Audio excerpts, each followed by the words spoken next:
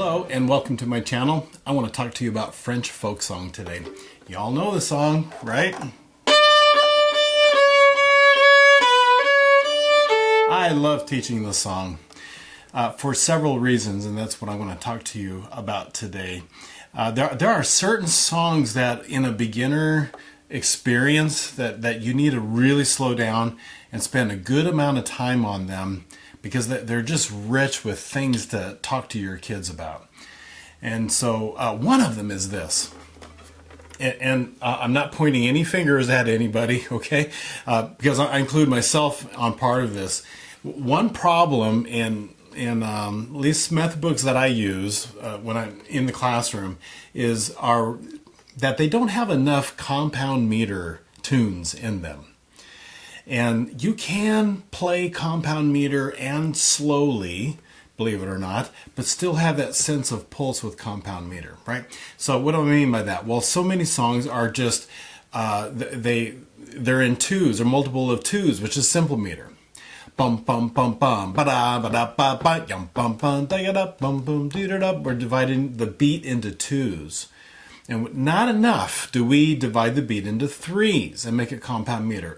Pa pa pa yum pa da da da pa. We don't do enough of that.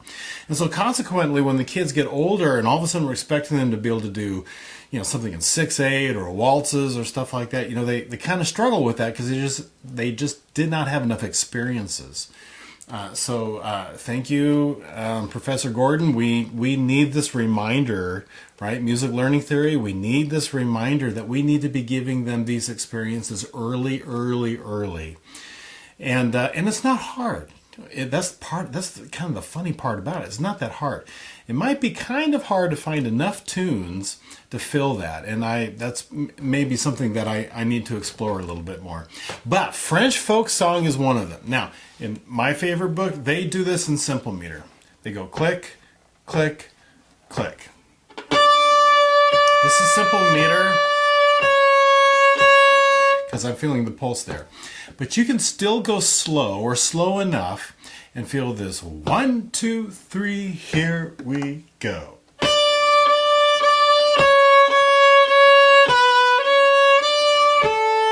Right? So important that they feel and understand that. One, it feels different. And to a string player with my bow, it's like I feel that in my bow. It's just a different experience, and I need to emphasize that. Do you remember the video on whether something's in simple or compound and what that does to my bow? Well, let me remind you, okay? Simple meters, if I start down and I have an even number of bow strokes in a beat or an even number of bow strokes in a measure, I'm always going to be down on the beat or down on the next measure.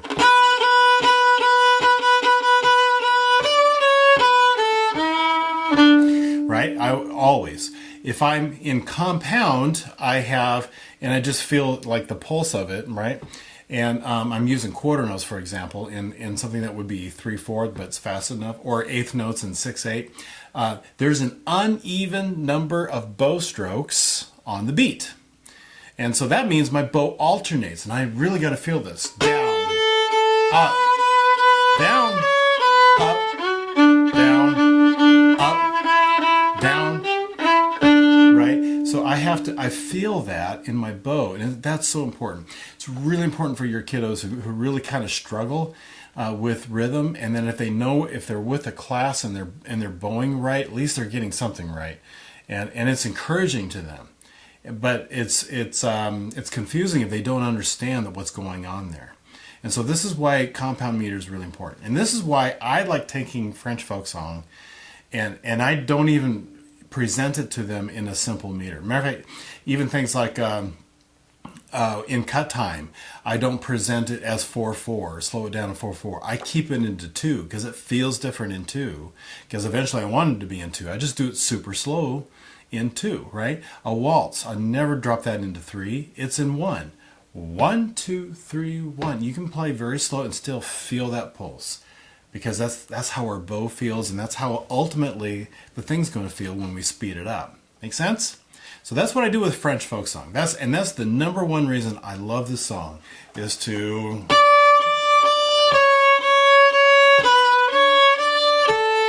I'm kind of kicking beat one a little bit, and I'll kick beat one with the kids a little bit because I want them to feel it.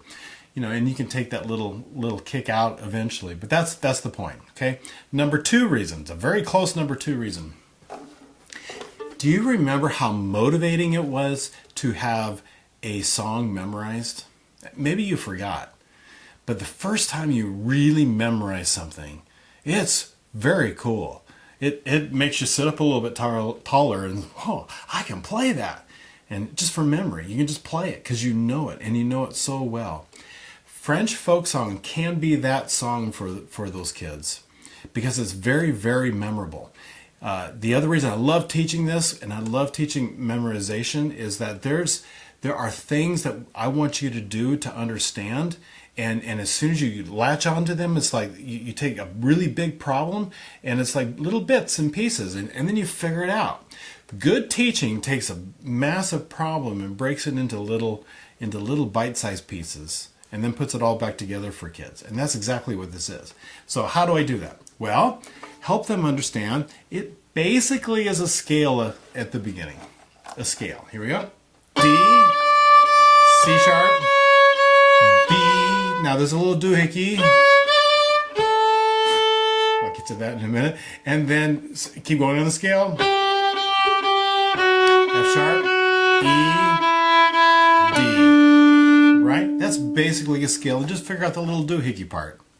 That's one reason, right off the bat. And there's so much of that you get figured out. You're like, oh, that's cool. Okay. Then after that, pattern. Oh, a pattern. I can do that. That's just basically hot cross buns in reverse. I can do that. Oh, then it goes to a G. Cool. A sequence. Teach kids what a sequence is. Why? All of a sudden you're taking a whole lot of stuff and you're just cramming into one little bite size. It's called chunking in our lingo for education. Chunk it. And it's like, oh, I get that. Sure, kids understand, and they latch on to sequences like crazy. And all of a sudden, they've got a whole lot of music memorized. It's very motivating. Sequence.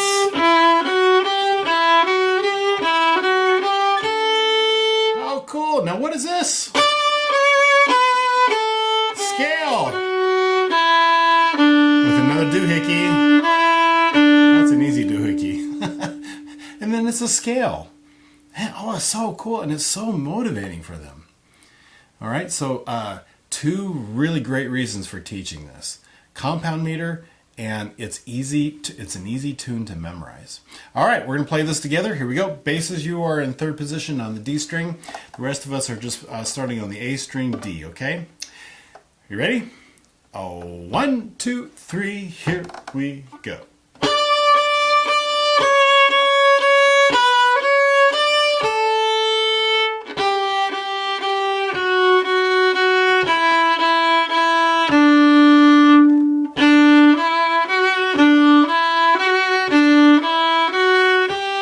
Sequence.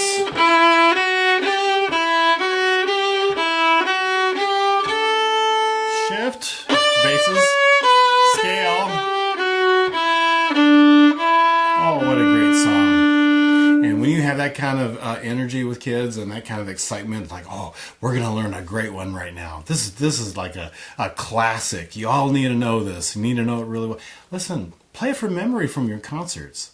Again, it's just such a fantastic song to teach. So I am hoping you're enjoying all of these. If you enjoy these videos, I'm getting more and more subscribers. That's really, really cool. And like I said, it's very encouraging to me. So I'll just kind of keep going. All right. So I will see you at the next video.